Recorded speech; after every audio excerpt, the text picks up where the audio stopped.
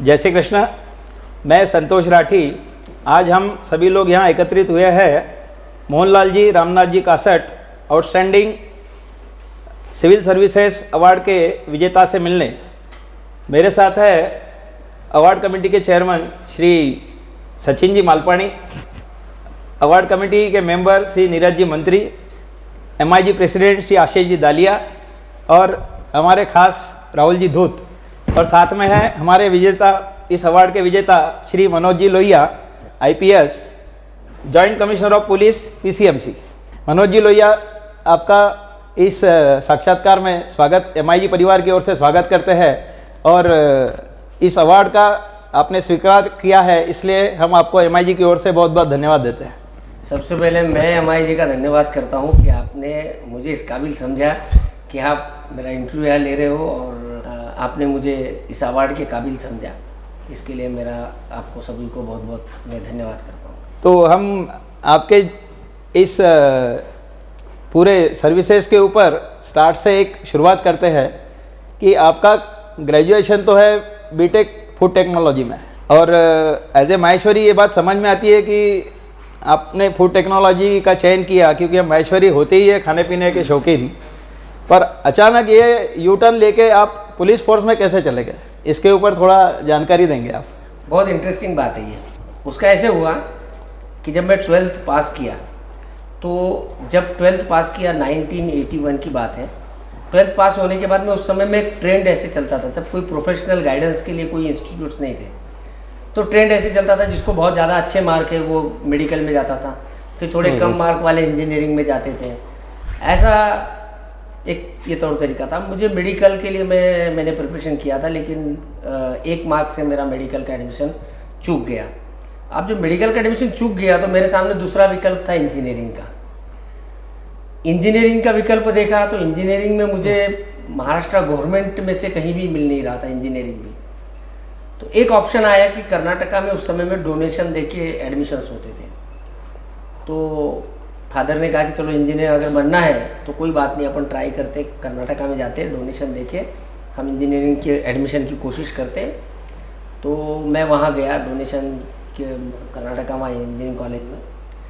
तो वहाँ मेरे एक रिश्तेदार है जो मेरे फादर के मौसी के बेटे भाई है, उनके यहीं हम रुके थे।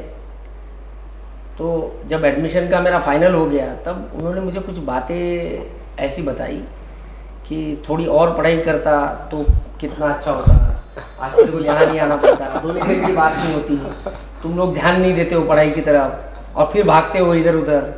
अब तू यहाँ एडमिशन मिलाएगा डोनेशन लेके, यहाँ का तू टॉपर तो है नहीं। तो टॉपर होना ज़रूरी है करियर बिल्डिंग में। तो बातें तो उन्होंने बड़े कैजुअली शायद कही होगी या सीरियसली कही होगी पता नहीं, लेकिन मैंने बहुत सीरियसली लिया उन सब चीज़ों। फिर मैं सवेरे उस बारे में काफ़ी मैंने चिंतन किया। मैं सोचता रहा कि ये क्या कहा कि टॉपर होना चाहिए, वहाँ मैं यहाँ घूस रहा हूँ, डोनेशन दे के घूस रहा हूँ, तो मेरी पोजीशन तो कहीं ऐसी जगह होगी कि जहाँ मैं नीचे हूँ। तो उस समय में मेरे दिमाग में जो चीज़ें आई वो बड़ी इंपॉर्टेंट मुझे आज भी लगती है, और हर एक के लाइफ में करियर बिल्डिंग में वो चीज़ मुझे इंपॉर्टेंट लगती है। मैंने सोचा कि भाई मैं कहीं भी जहाँ एडमिशन लूँ वहाँ मैं टेल एंड वाला बन के जाने से ऐसा कौन सा फील्ड है कि जहाँ मैं टॉपर बन के जाऊँगा, ये मैंने सोचना शुरू किया। तो उस समय में मेरे मामा एग्रीकल्चर यूनिवर्सिटी में थे। मैंने गुलबर्गा से ही उनको फ़ोन लगाया और मैंने कहा भी वो प्रोफेसर थे, तो मैंने कहा उनको तो सबसे ज़्यादा नॉलेज एडमिशन्स का इसका है। तो मैंने कहा मामा मेरे को ऐसा ऐसा है इंजीनियरिंग, और मेरी ऐसी इच्छा नहीं है कि मैं मेरे से होशियार बच्चे वहाँ रहे और मैं नीचे से जाऊँ और वहाँ पर पढ़ाई करके मैं रस्सी चढ़े जैसा अपना करियर में चढ़ने की कोशिश करूँ। तो मामा ने कहा यार फिर तो बहुत अच्छा है, हमारे पास में एक नया कोर्स निकला है फूड टेक्नोलॉजी और फ्यूचर के लिए बहुत अच्छा है। और उस समय में वो कोर्स जब शुरू हुआ तो दत्ताजी राव सोलंकी के उसके जनक है, उन्होंने वो कोर्स स्टार्ट किया था। कोर्स बहुत अच्छा था, इंजीनियरिंग कोर्स था, टेक्नोलॉजी और फूड प्रोसेसिंग, मतलब उसके दोनों के एस्पेक्ट ये मिलके ये कोर्स था। तो उनका ये कोर्स इतना अच्छा है और यहाँ के एडमिशन्स में तेरे जो परसेंटेज है उसमें शायद तू नंबर 1, 2, 3 पे ही रहेगा। तो मेरा दिमाग पक्का हो गया। मैंने थोड़ा 9:30 बजे सवेरे सवेरे जब कॉलेज वापस जाना था फॉर्मेलिटी करने के लिए, मैंने पूरा U-टर्न ले लिया। मैंने कहा पापा मेरे को ये करना नहीं है, और सब हक्के बक्के रह गए, करना नहीं है। मैंने कहा नहीं, बिल्कुल करना नहीं है मुझे एडमिशन, यहाँ एडमिशन करना नहीं, कोई डोनेशन देना नहीं, हम वापस जाते हैं। और हम बहुत, मैंने जब इंसिस्ट किया तो निकल गए। तो जो रिश्तेदार थे तोशनीवाल जी, उन्होंने भी फिर मुझे थोड़ा समझाने की कोशिश किया कि भाई क्या बात है, तू यहाँ तक आया है तो ऐसा नहीं कि अब तू यहाँ से वापस चला जाए, अभी कर यहाँ पर ही हो जाएगा, तो होशियार है। मैंने कहा नहीं, मैंने डिसाइड कर लिया, मैं ये कोर्स नहीं करूँगा, मैं दूसरा किसी और कोई और कोर्स करूँगा। मैं वापस से जालना आया। जालना आने के बाद में फिर मैंने मामा को फिर फ़ोन लगाया, तो उन्होंने कहा कि नहीं, अभी लास्ट डेट गई नहीं है, तू तुरंत निकल के आ जा और अपन यहाँ फॉर्म भर देते और यहाँ तेरा 100% नंबर लग जाएगा। मैंने देखा नहीं कि वो मारवाड़ी आदमी हूँ और मुझे फूड टेक्नोलॉजी में इंटरेस्ट है और मुझे खाने में इंटरेस्ट है।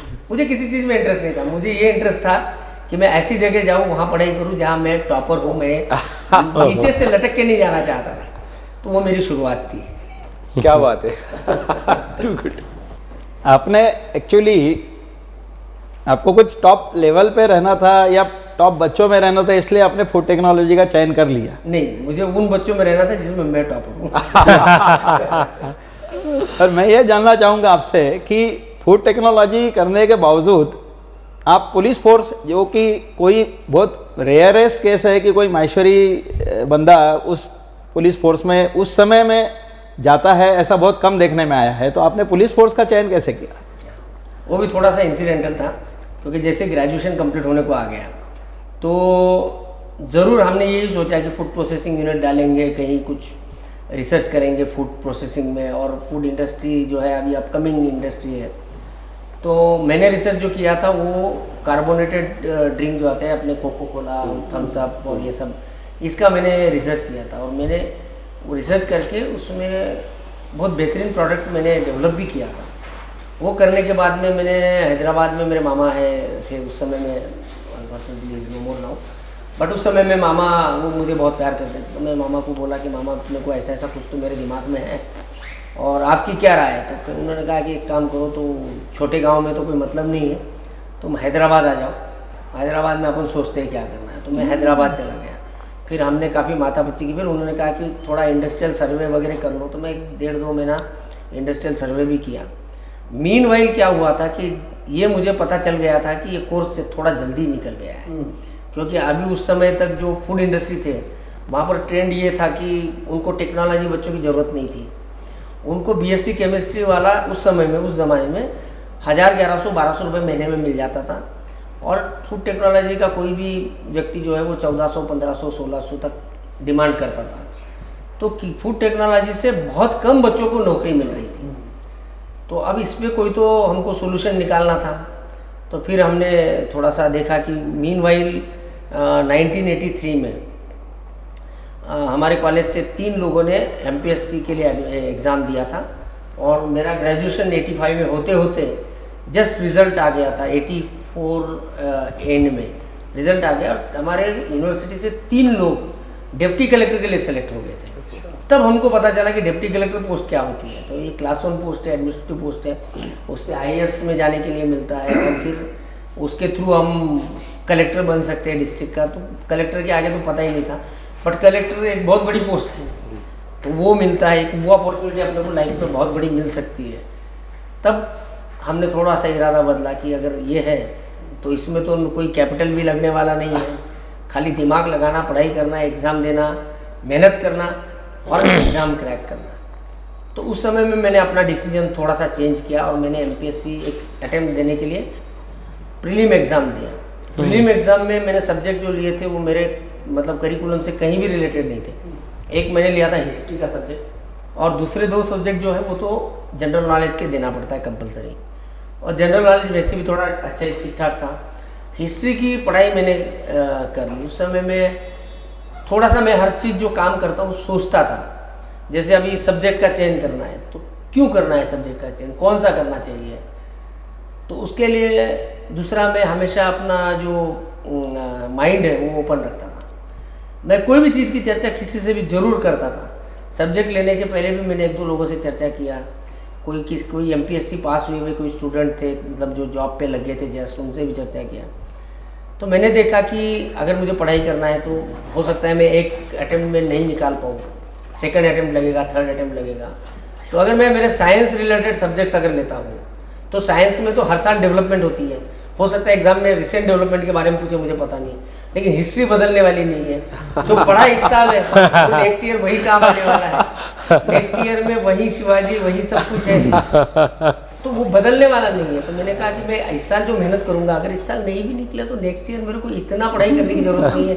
ये वो एक साल की और कोई रिसेंट हिस्ट्री एक साल की तो कोई पूछता नहीं है। तो मैंने सब्जेक्ट जो चयन किया वो हिस्ट्री का चयन किया। अब प्रीलिम निकल गई, मेन के लिए सब्जेक्ट चयन की बात आई।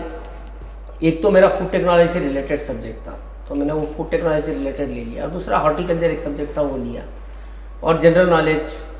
उस समय में मेरी मराठी बहुत पुअर थी, तो उसके लिए मैंने स्पेशल एफर्ट्स लिए। और जो हमको 2 से 2.5 महीने का जो समय मिला, उसमें लिटरली 18 घंटे हमने पढ़ाई किया और ग्रुप बना के पढ़ाई किया।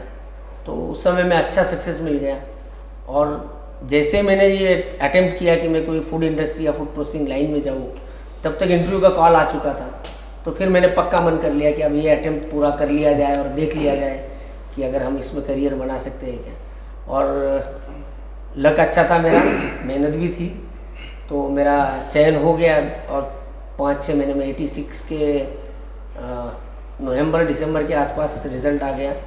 और मुझे उसमें मेरा नंबर 2 का प्रेफरेंस, जो डिप्टी कलेक्टर के बाद DYSP था, डिप्टी SP, वो मुझे पोस्ट मिल गई। तो मुझे मालूम था कि डिप्टी कलेक्टर से IS बनते हैं, तो डिप्टी SP से IPS बन के डिस्ट्रिक्ट सुपरिटेंडेंट ऑफ पुलिस बन सकते हैं। तो फिर मैंने वो चॉइस कर लिया और वो ज्वाइन कर लिया मैंने। तो आप सही मायने में माहेश्वरी समाज के पहले पुलिस ऑफिसर हो? क्या आपके पहले कोई माहेश्वरी समाज से रहा? मतलब इंडिया में तो है, इंडिया में है, इंडिया में है। 94 में के माहेश्वरी जी है। नहीं, वो आपके बाद के बैच है ना? नहीं, मैं 87 में स्टेट एग्ज़ाम मैंने क्रैक की। ओके। और कुछ IPS ऑफिसर है जो डायरेक्ट IPS बन गए UPSC के थ्रू। UPSC के थ्रू। यहाँ एंट्री के 2 लेवल होते हैं। अगर आप स्टेट के थ्रू आओगे तो आपको करीब करीब 7 से 8 साल की सर्विस खोना पड़ती है। अच्छा। सीनियरिटी में। ओके। आप सीनियरिटी में पीछे जाते हो, पर वो आप डिपार्टमेंट के थ्रू सेलेक्ट होते हो। और जो डायरेक्ट UPSC क्रैक करता है वो डायरेक्ट चयन किया जाता है। अच्छा। तो वैसे आपका फैमिली बैकग्राउंड क्या था? आपके पिताजी क्या करते थे? घर का बिजनेस? मतलब सर्विस करते थे, म्यूनिसिपल इसमें ऑफिस ओनर थे। अच्छा। और खेती थी हमारी। अच्छा, खेती। सर ये तो बहुत अच्छा हुआ सर, आपने इतिहास ये विषय लिया और आपने इतिहास बनाया। माहेश्वरी समाज में इतने बड़े पोस्ट पे आज जाना, ये सबके लिए बहुत गर्व की बात है। और आपने पूरे महाराष्ट्र में काम किया, ग्रामीण में काम किया, बुल्ढाना, अमरावती, मराठवाड़ा, सब एरियाज़ में, मुंबई में, पुणे में। So it's a very thrilling career. तो आपके इस करियर में आपको ऐसे कोई एक्सपीरियंस आया रहेगा, कोई थ्रिलिंग एक्सपीरियंस आया रहेगा, थोड़ा वो आप ज़रा शेयर करिए ना हमारे साथ। एक्सपीरियंस भी आया और नॉलेज भी बहुत मिला। कई चीज़ों का नॉलेज मिला, अलग अलग एरिया में काम करने की वजह से वहाँ का कल्चर, मतलब महाराष्ट्र में भी वेरिएशन है। हम अगर यहाँ से निकले मराठवाड़ा जाओ तो बोली बदल जाती है, मराठवाड़ा से अगर आप खानदेश में जाओ तो बोली बदल जाती है, वहाँ से विदर्भा में जाओ तो बोली बदल जाती है। तो थोड़ा नेचर में भी फ़र्क होता है। तो एक तो मुझे बहुत सीखने को मिला, इसकी वजह से मेरा जो डेप्थ है आदमी पहचानने का वो काफ़ी बढ़ गया उसकी वजह से। और थ्रिलिंग एक्सपीरियंस तो बहुत सारे आए हैं। अगर कोई शेयर करना है तो एक बड़ा इम्पोर्टेंट और अच्छा एक थ्रिलिंग एक्सपीरियंस था, जिसमें एक पारसी लेडी की डेड बॉडी मिली थी हमको। मैं जब पोस्टेड था डिप्टी SP वसई में, तो एक पारसी लेडी की बॉडी मिली थी और डिटेक्शन बड़ा मुश्किल था, क्योंकि डेड बॉडी कहीं पड़ी है तो, और कोई वहाँ पर दूसरा कोई सबूत नहीं था। तो हमने स्टार्ट किया बॉडी के एनालिसिस पे से। तो जब मैं विज़िट को गया तो मैं और मेरा एक सब इंस्पेक्टर था वहाँ पर, तो हमको ऐसे नोटिस हमने किया कि उसके पैर में जो चप्पल है वो शायद 2-4 दिन में ली होगी, उसकी मिट्टी ज़्यादा नहीं थी, तो नई चप्पल ली है। तो हमारे पास एक क्लू मिल गया कि एक नई चप्पल किसने ली है। अब बम्बई और बम्बई के आसपास में किसी व्यक्ति की एक चप्पल से लेके वो कहाँ से ली और किसने ली, ये यहाँ तक पहुँचना बड़ा मुश्किल काम था। तो पर हमने फिर वो चप्पल का एनालिसिस किया। उसके बाद में डेड बॉडी तो हमने प्रिजर्व की थी। फिर हमने उसके लिबास पे से थोड़ा सा जजमेंट ये भी लिया कि शायद पारसी कम्युनिटी से हो सकती है, ईरानी पारसी टाइप से कहीं से हो सकते हैं। ऐसे थोड़े से हमारे जो डिटेक्शन के अंदाज होते हैं वो अंदाज बना के हमने एक लिस्ट बनाया। फिर लिस्ट बनाने के बाद में हम ये कंक्लूजन पे आए कि चलो हम एक चेक करते हैं कि किस पारसी लेडी ने चप्पल खरीदी है अच्छा पिछले 8 दिन में। तो बहुत अलग अलग टीम बनाई।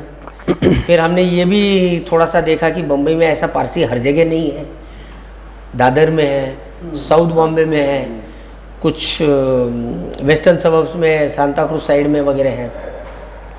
अच्छा, चप्पल जो है वो इम्पोर्टेड टाइप की थी। अच्छा। तो मतलब एकदम ऐसा नहीं है कि कोई भी ऑर्डिनरी आदमी या ऑर्डिनरी व्यक्ति वो खरीदे।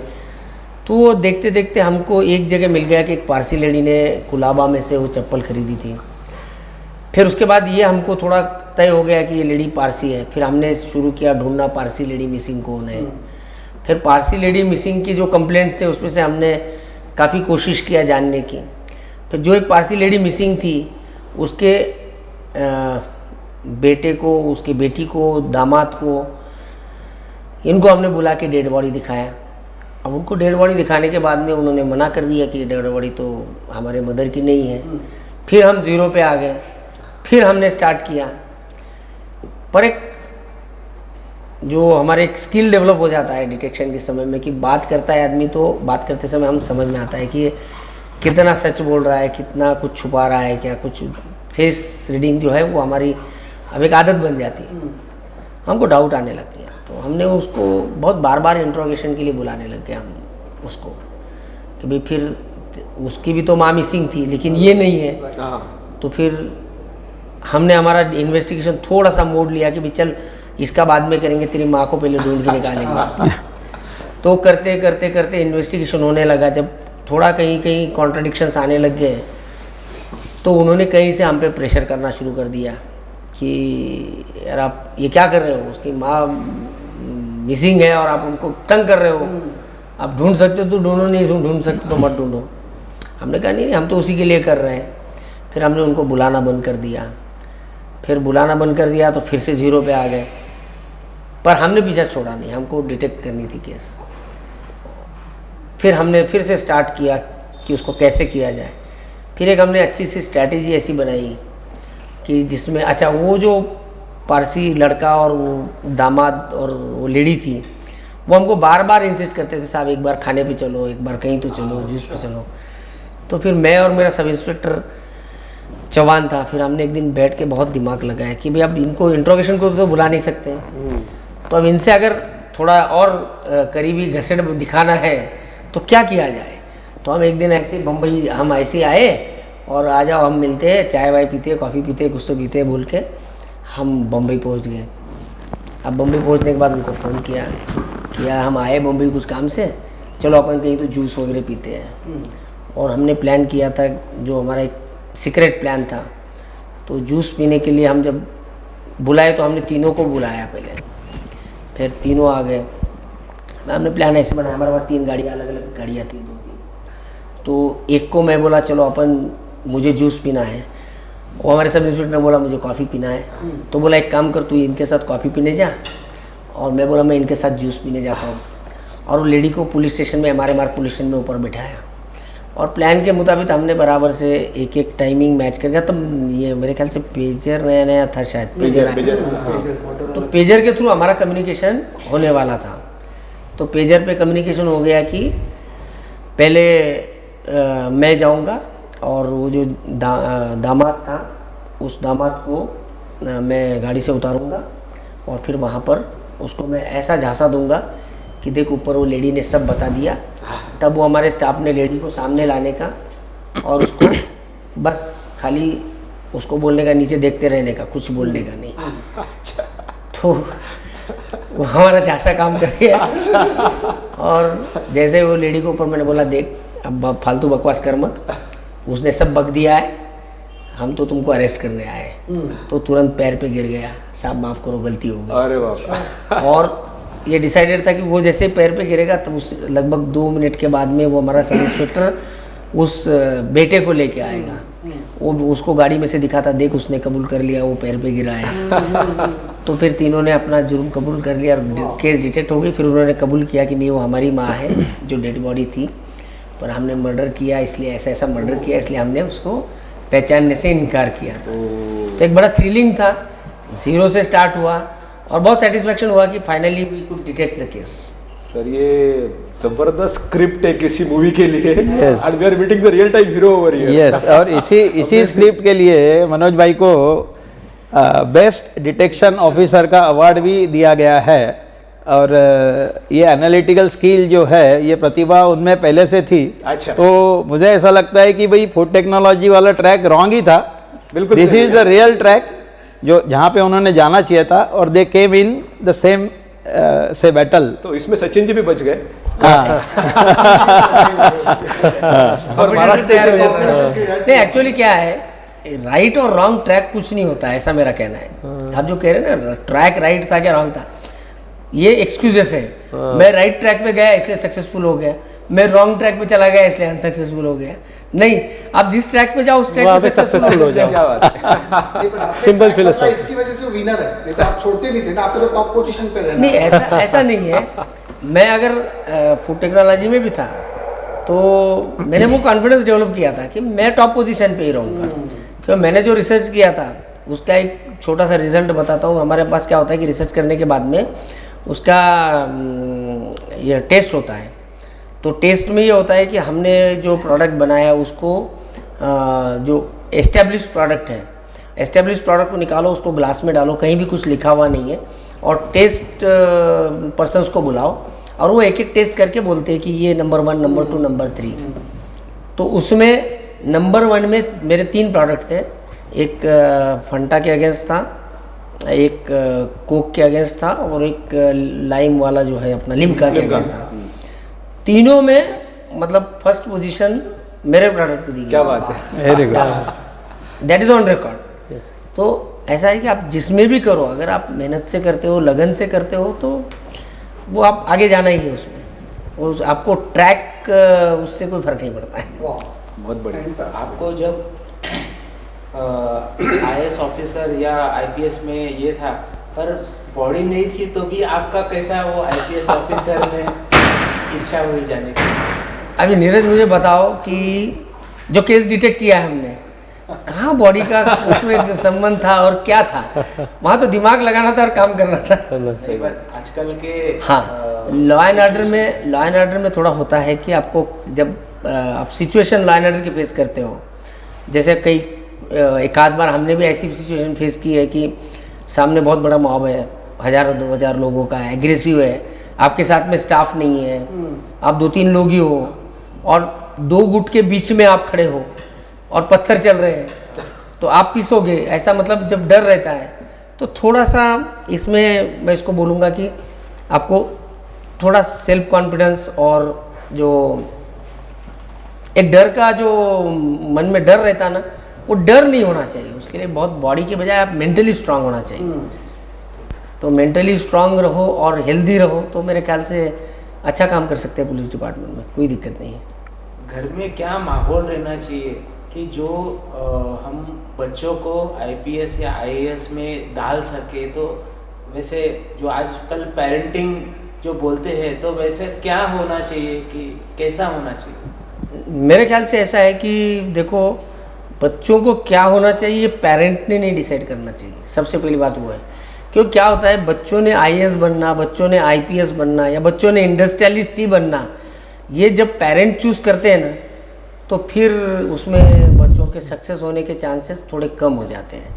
तो ऐसे नहीं है कि आपका गाइडेंस रहेगा, सक्सेस भी हो सकते हैं, लेकिन चांसेस थोड़े कम हो जाते हैं, नंबर 1। नंबर 2, जो उसको सेल्फ कॉन्फिडेंस डेवलप होना होता है ना, वो फिर आखिर तक नहीं हो पाता है। फिर आखिर तक उसको वही रहता है कि मुझे कहीं से कुछ फीड मिले फिर मैं उसको करूं। और फिर उसके बाद में एक टेंडेंसी डेवलप होती है जिसको बोलते हैं एक्सक्यूज टेंडेंसी, कि फेल्यूर्स हुआ तो कोई तो चाहिए होता है कि जिस पे मैं वो ढकेल दूँ। अब मेरे पेरेंट ने बोला, भाई पेरेंट ने बनाया इसलिए मैं घुसा इधर, इंडस्ट्री डाला, और नहीं तो मुझे तो फोटोग्राफर बनना था, मैं तो उसमें बहुत बढ़िया कर लेता, ये मेरा, मैं इसके कुछ नहीं, पेरेंट ने ज़बरदस्ती बना दिया, ऐसा हो जाता है। तो बेसिकली आपको IAS बनना है, IPS बनना है, या जो भी करियर करना है, आप अगर देखोगे तो मैं फूड टेक्नोलॉजिस्ट हूँ, मुझे तो कॉन्फिडेंस था कि मैं अगर कोई फूड प्रोडक्ट अगर डेवलप करता और उसको मार्केट में लाता तो अच्छा चलता था। मालपानी जी ने कौन सा फूड टेक्नोलॉजी कर लिया, फिर भी वो सक्सेसफुल है। बिल्कुल हम तो कॉमर्स से कॉमर्स वाले आदमी क्वालिटी के बारे में सक्सेसफुल है। बिल्कुल कमाई के बारे में नहीं बोलूँगा मैं, क्वालिटी के बारे में। आज मालपानी खारी जो है वो मेरे ख्याल से मैं बचपन से सुनता आया हूँ कि शादी ब्याह में बोलते हैं कहाँ से लाना, नासिक से। दूर दूर तक, नासिक क्या, नांदेड़, मराठवाड़ा, अमरावती, पुणे, कहीं भी, मतलब सब जगह डिमांड था। तो क्वालिटी तो उस समय भी मेंटेन की थी। तो ऐसा नहीं होता है कि आपने कुछ किसी एक फील्ड में आपने कोई महारत हासिल की तो आप दूसरे फील्ड में जाके उसमें एक्सेलेंस नहीं कर सकते हो। तो इसलिए हर आदमी जानता है, बच्चा भी जानता है कि उसको किस चीज़ में उसको लगता है कि वो बेटर करेगा। मेरे डिसीजंस मैक्सिमम, जैसे मैंने इंजीनियरिंग नहीं करने का था, वो पेरेंट का डिसीजन नहीं था, मेरा डिसीजन था। हो सकता है कि मैं इंजीनियर नहीं होने के बाद फूड टेक्नोलॉजी करने, और वैसे हुआ भी। फूड टेक्नोलॉजी करने के बाद मैं रावलगांव चॉकलेट फैक्ट्री में इंटरव्यू के लिए गया, तुरंत ग्रेजुएट होते ही, कि मुझे नौकरी दीजिए। तो उन्होंने बोला आपका एक्सपेक्टेशन क्या है? तो उस ज़माने में मैंने कहा मेरा 1600 रुपये का एक्सपेक्टेशन है पर मंथ का। कहा कि नहीं, हम तो आपको ज़्यादा से ज़्यादा 1100 रुपये देंगे।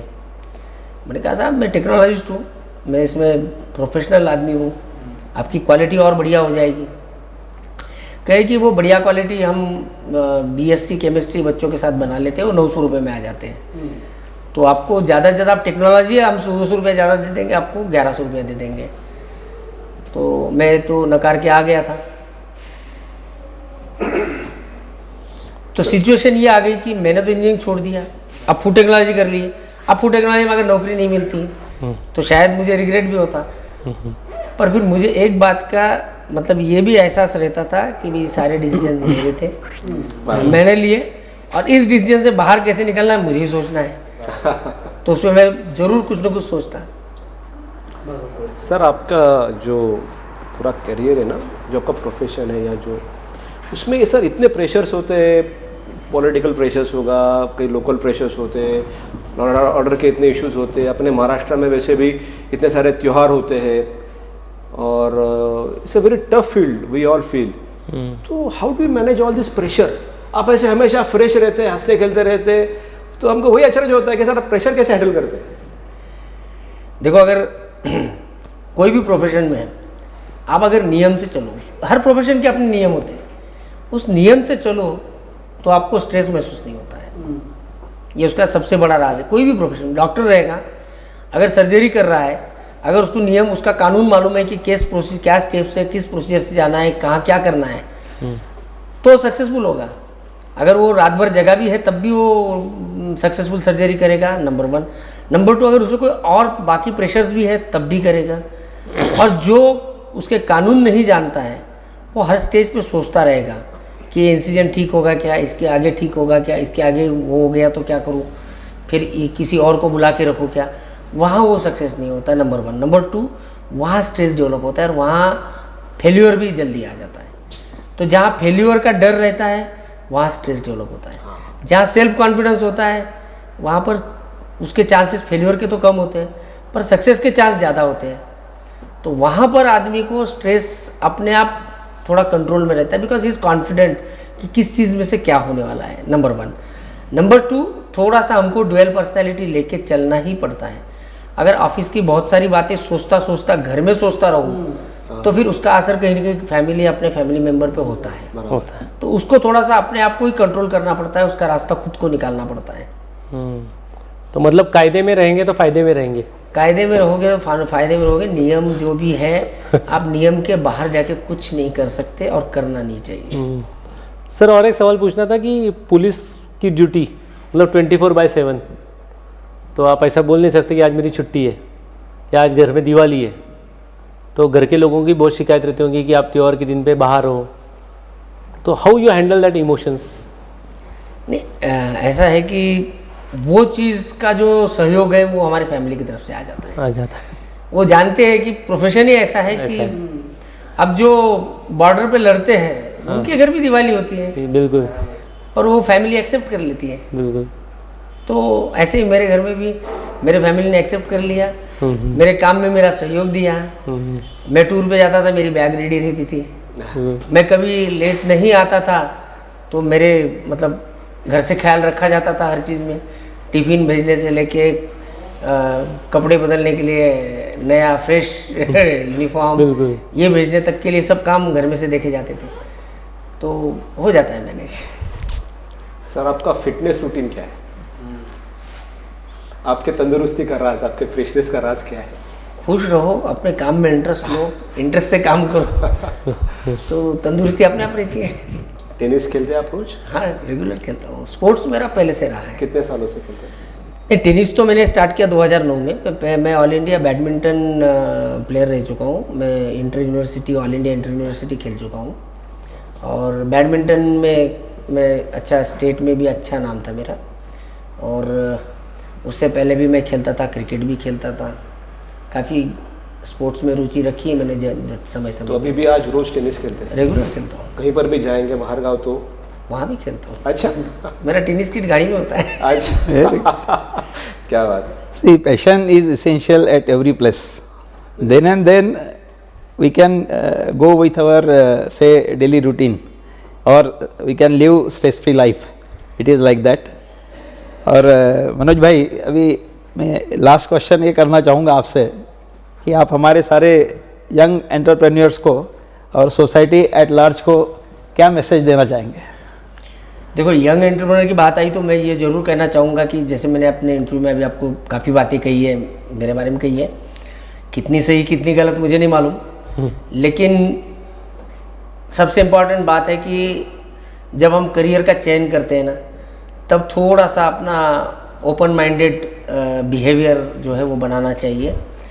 आप लोगों को सुनने के लिए ओपन रहो, ज़्यादा से ज़्यादा सुनने की कोशिश करो, सक्सेसफुल लोगों को सुनो, उनमें आपको जो अच्छा लगता है वो लो। ऐसे नहीं कि सक्सेसफुल आदमी को फॉलो करो, इसका मतलब उसकी हर चीज़ फॉलो करने लग जाओ, उसके ही प्रोफेशन में घुसना सोचो, ये नहीं है। सक्सेसफुल लोगों का मतलब ये है कि जिनको समाज समझता है कि ये सक्सेसफुल है, इन्होंने समाज में कुछ किया है, इन्होंने अपने लाइफ में कुछ किया है, might be in terms of social work, might be in terms of earnings, might be in terms of intellect, something, research, जो भी होगा।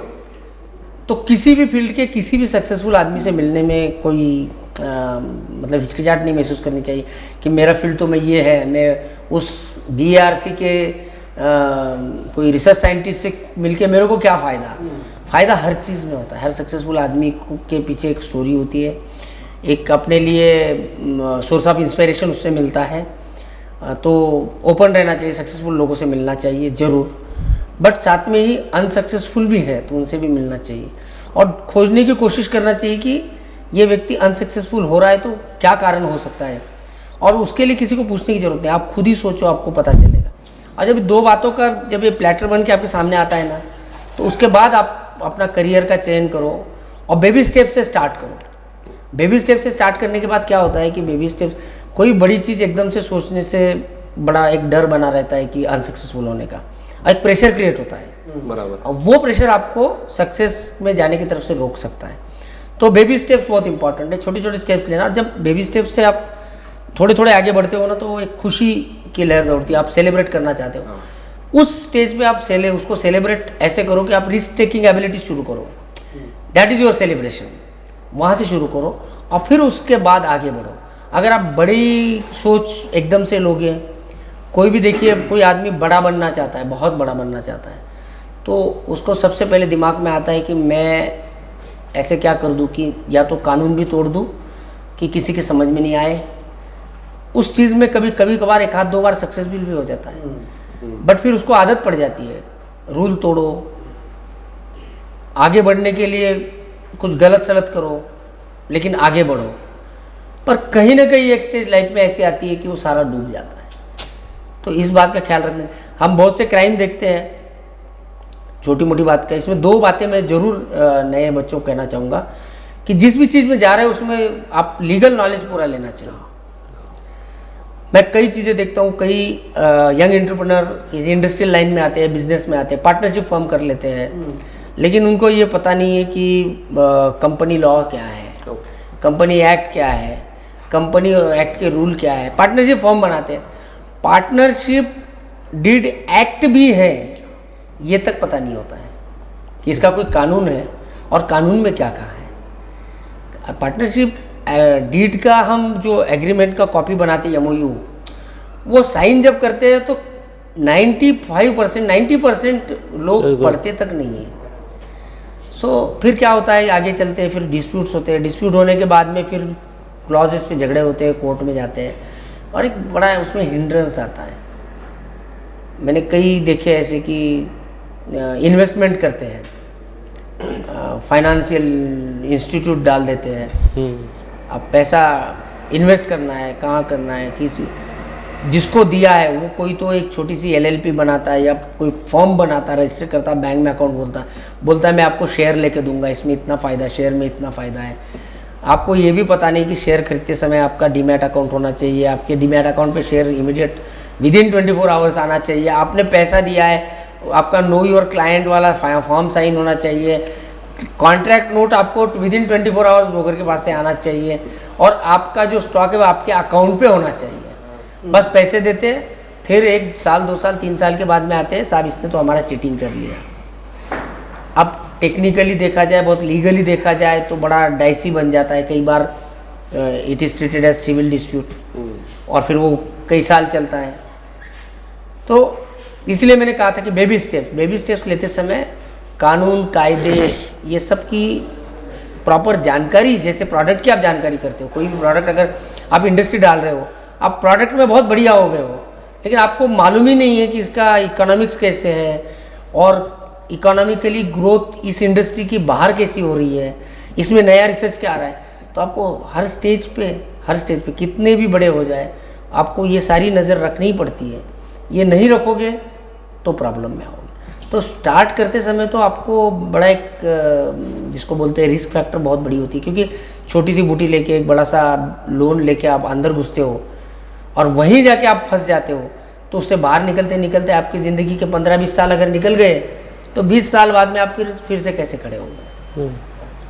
तो खड़े रहो, फर्म खड़े रहो, अपने डिसीजंस खुद लो, अपना ट्रैक खुद चुनो, बेबी स्टेप्स लेके आगे चलो और रिस्क टेकिंग एबिलिटी थोड़ा सक्सेस मिलने के बाद शुरू करो। क्या बात। तो सर आपका कहना है कि धीरे धीरे धीरू भाई भी धीरे धीरे ऊपर आए। तो धीरू भाई पहले क्या करते थे आपने को मालूम है? लोग ओवरनाइट धीरू भाई बनना चाहते हैं, यही आज की दिक्कत है सर। ये इसके हिसाब से एक सवाल ऐसा था कि आपने तो इतने सब क्राइम देखे रहेंगे, इतने सब डिस्प्यूट हैंडल किए रहेंगे, और जो अभी आपने कहा बहुत इंपॉर्टेंट चीज़ है कि you should have legal knowledge, बराबर है, legal knowledge is a main problem. तो जो आपके पास में जो केसेस आते हैं ना, तो अप्रोक्सीमेटली कितने % ऐसे केसेस रहेंगे that is because of ignorance of the law?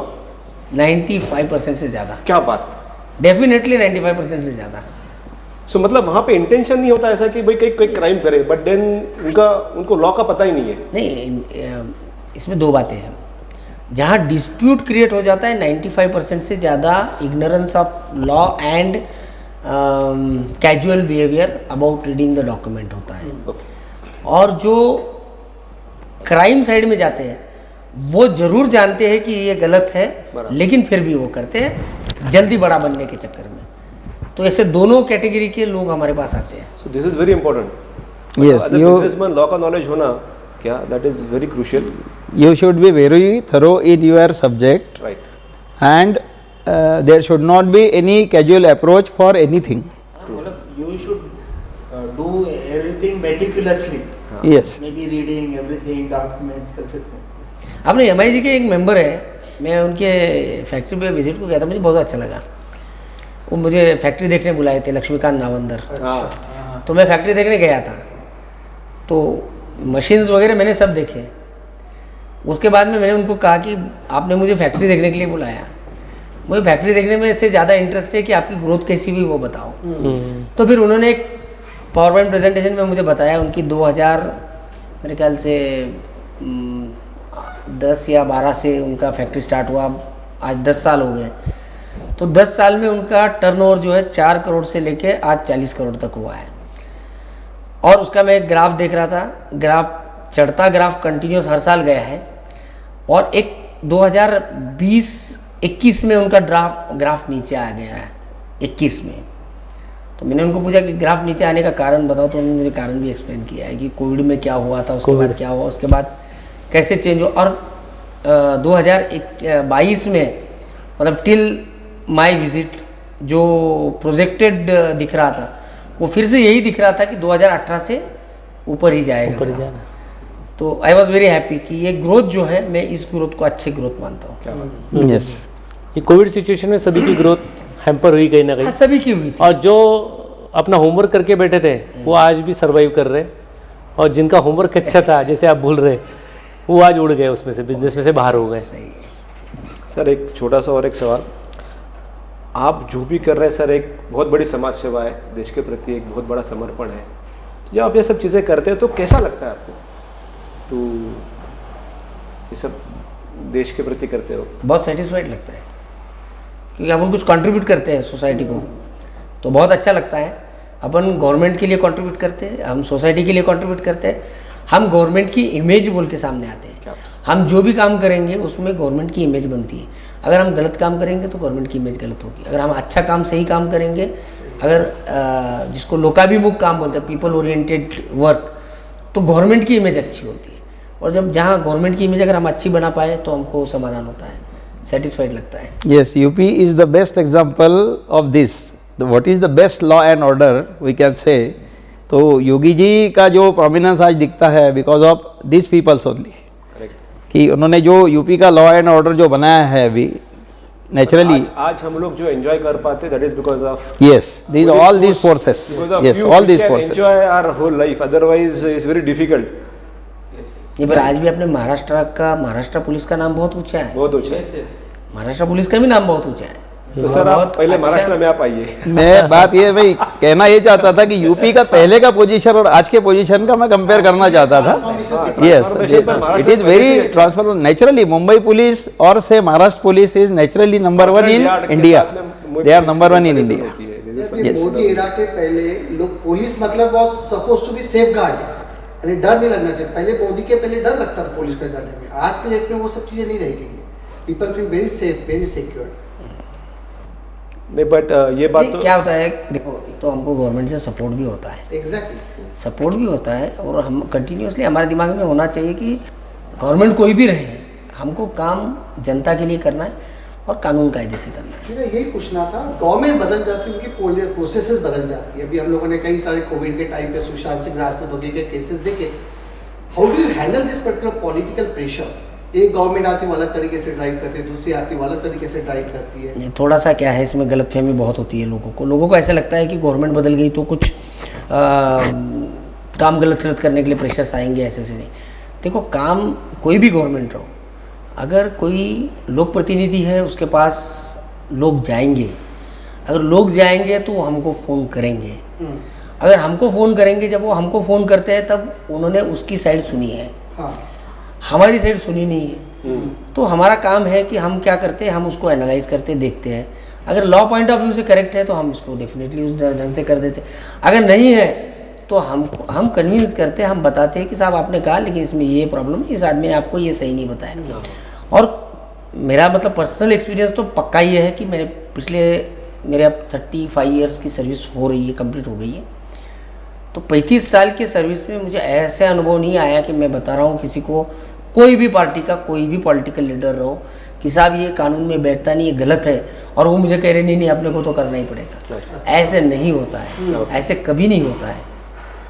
तो हमको एक ध्यान रखना चाहिए, अपनी कानून की मर्यादा और उसमें रह के काम करना चाहिए। So this is something really great. So हम लोगों ने अभी माहेश्वरी समाज के, महाराष्ट्र के, देश के प्रेरणा स्रोत श्री मनोज जी लोहिया जी के साथ में आज बात की। हमारे लिए बहुत बहुत अच्छा एक्सपीरियंस रहा, और जो बातें सर आपने कही वो इतनी मायने रखती है कि ये एक बात से किसी का एक लाइफ बदल जाएगा। और हमारे लिए बहुत गर्व की बात है माहेश्वरी समाज के लिए भी कि आप इतने बड़े पोस्ट पे हो, और एक नई दिशा आज के बच्चों को भी मिलेगी कि आईपीएस में या आईएएस में सब ने आगे आना चाहिए। सिर्फ हम लोगों ने अपना बिजनेस माइंड से बढ़कर देश के प्रति जो हम लोग एक इस तरह से हम लोग जो सेवा देते हैं वो भी एक बहुत बड़ी चीज़ है। सर आप इतने बिजी होते हैं, इतना आपके पास पूरी जिम्मेदारी है, फिर भी आपने हमारे लिए इतना समय दिया, आज इतनी अच्छे से बात की। We are so thankful to, thank you so much sir, बहुत बहुत धन्यवाद। मैं भी आपका बहुत बहुत धन्यवाद शुक्रगुजार सर। हूँ। Thank you very much, thank you.